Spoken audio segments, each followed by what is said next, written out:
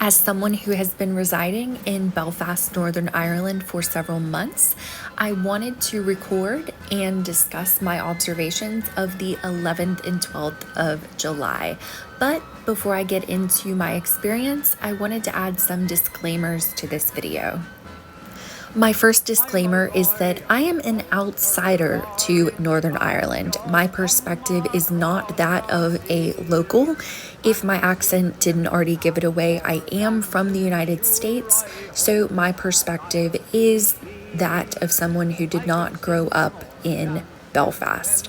My second disclaimer is that my goal in attending the 12th of July celebrations was to remain as objective as possible. While I did have some preconceived ideas about the individuals taking part in these celebrations, I wanted to see for myself what exactly was taking place and then form my opinions from there. My final disclaimer is that this video is not intended to provide an in-depth historical analysis of the events that took place in Ireland on the 12th of July in 1690.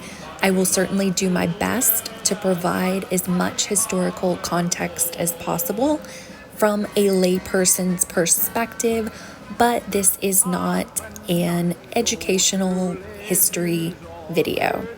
That said, a few weeks prior to the 12th of July, I did pay a visit to the Museum of Orange Heritage, which is in East Belfast, Northern Ireland. The 12th of July is a significant date in Northern Ireland because it marks the anniversary of the Battle of the Boyne. The Battle of the Boyne was fought in July of 1690, and it was a decisive conflict between the Catholic King James II of England and Ireland and the Protestant King William III of England, where William's victory solidified Protestant dominance in Ireland. Now, the Orange Order, which is responsible for East Belfast's Museum of Orange Heritage, was founded in 1795, and it is a Protestant fraternal organization in Northern Ireland and in other parts of the world that commemorates William III's victory and promotes Protestant heritage and British unionism. Today, the Orange Order organizes parades and events to celebrate Protestant heritage, but they are controversial due to sectarian tensions and their impact on community relations in Northern Ireland. Here in the museum, we can see some sashes, probably that somebody's father wore. If I'm being completely honest, this particular room of the museum totally creeped me out. In addition to having a creepy vibe, this room had a lot of items that can be found in a typical Orange Lodge, which is where branches of the Orange Order host their gatherings. And one of the items that can be found in each Orange Lodge is an open Bible. In my opinion, however, this seemed like more of something for show rather than a genuine display of Christian faith. Within the Museum of Orange Heritage, there were also a lot of old chairs, and this one was for a worshipful master.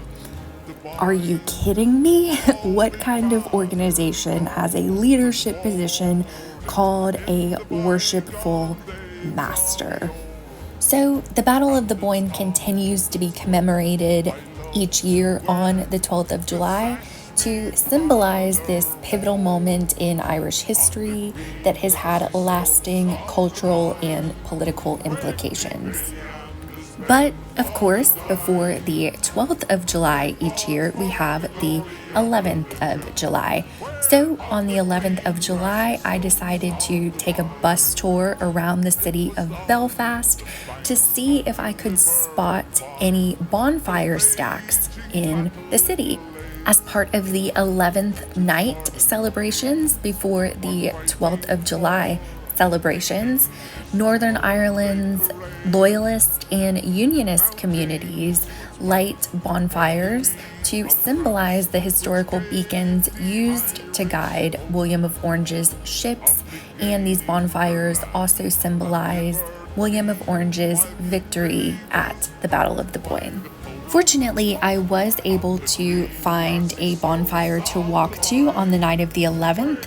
This bonfire was near Sandy Row, which is a historic and predominantly Loyalist Protestant area in South Belfast. I waited until it was dark and then made my way over to Sandy Row. I was surprised to see that even Belfast City Hall was lit up in all orange. I was disappointed when I found out that the large bonfire stack was not going to be lit until midnight, but it was very easy to find another bonfire stack being burned close by, so I decided to go check that one out.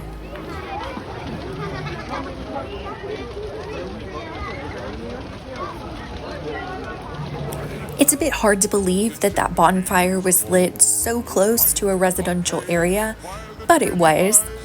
As it was starting to get closer to midnight, things were starting to pick up at the large bonfire stack, and there were lots of fireworks.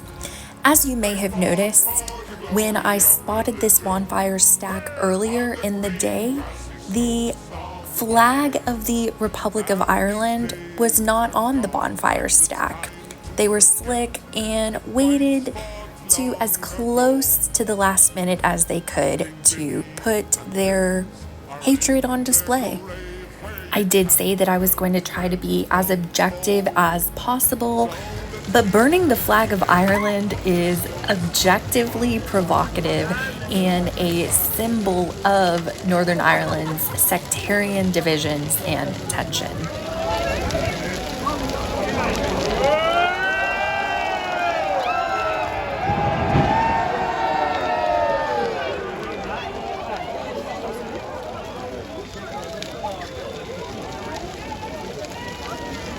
Call me naive, but for some reason, I wasn't actually expecting the bonfire stack to fall over like it did.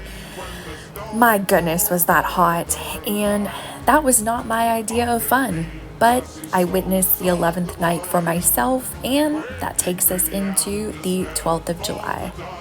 On the morning of the 12th, I decided to sleep in, and I'm so glad I did because I missed absolutely nothing.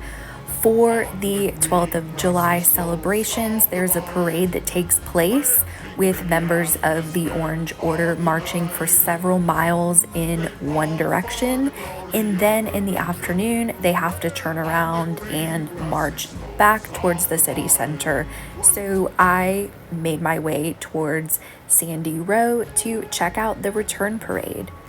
In addition to commemorating the victory of Protestant King William of Orange over Catholic King James II at the Battle of the Boyne in 1690, the 12th of July parades also serve to celebrate quote-unquote Protestant heritage, affirm British identity, and assert cultural and political dominance in Northern Ireland. What you just heard is a gentleman who goes by the name Black Patty on social media being booed by the crowd, and right beside me there were some women with rotten teeth yelling racial slurs at that gentleman. So how about that for your celebration of Protestant heritage?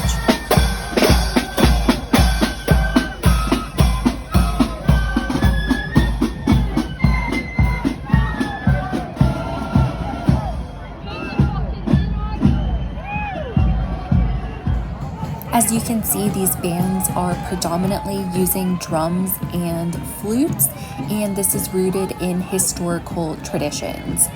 These instruments were accessible and affordable for working class Protestant communities in the 19th and early 20th centuries when the Orange Order and associated bands began to organize.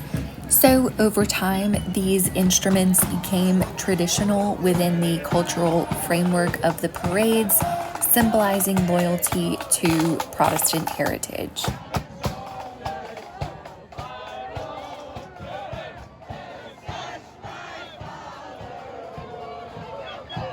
They really like that song.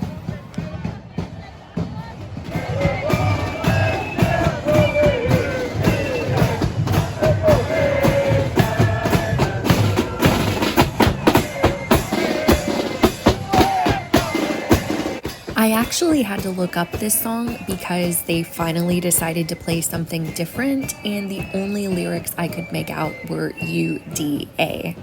I was a bit surprised, although maybe I shouldn't have been, to hear the blatant praise of the UDA, which stands for Ulster Defence Association. The UDA is a loyalist paramilitary organization in Northern Ireland. It was formed in 1971 during the Troubles with the aim of defending Protestant communities and maintaining Northern Ireland's union within the United Kingdom. The UDA has been involved in violent activities, including attacks on Catholic civilians and clashes with Republican paramilitary groups. Again, maybe I shouldn't have been surprised by that because by the large Sandy Row bonfire, there was UDA graffiti spray painted, essentially marking territory. So the song that they decided to play that was finally different from The Sash, which I heard over 100 times that day, was called We're Coming Down the Road. Now, as you can imagine, these Orange Order parades are controversial as they often march through nationalist or Catholic neighborhoods, which many view as provocative and a means of intimidating the Catholic community.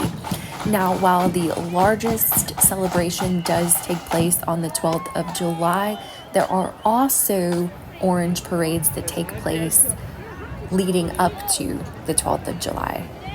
For the most part, as an outsider, I did not feel unwelcome at any of the 11th or 12th celebrations.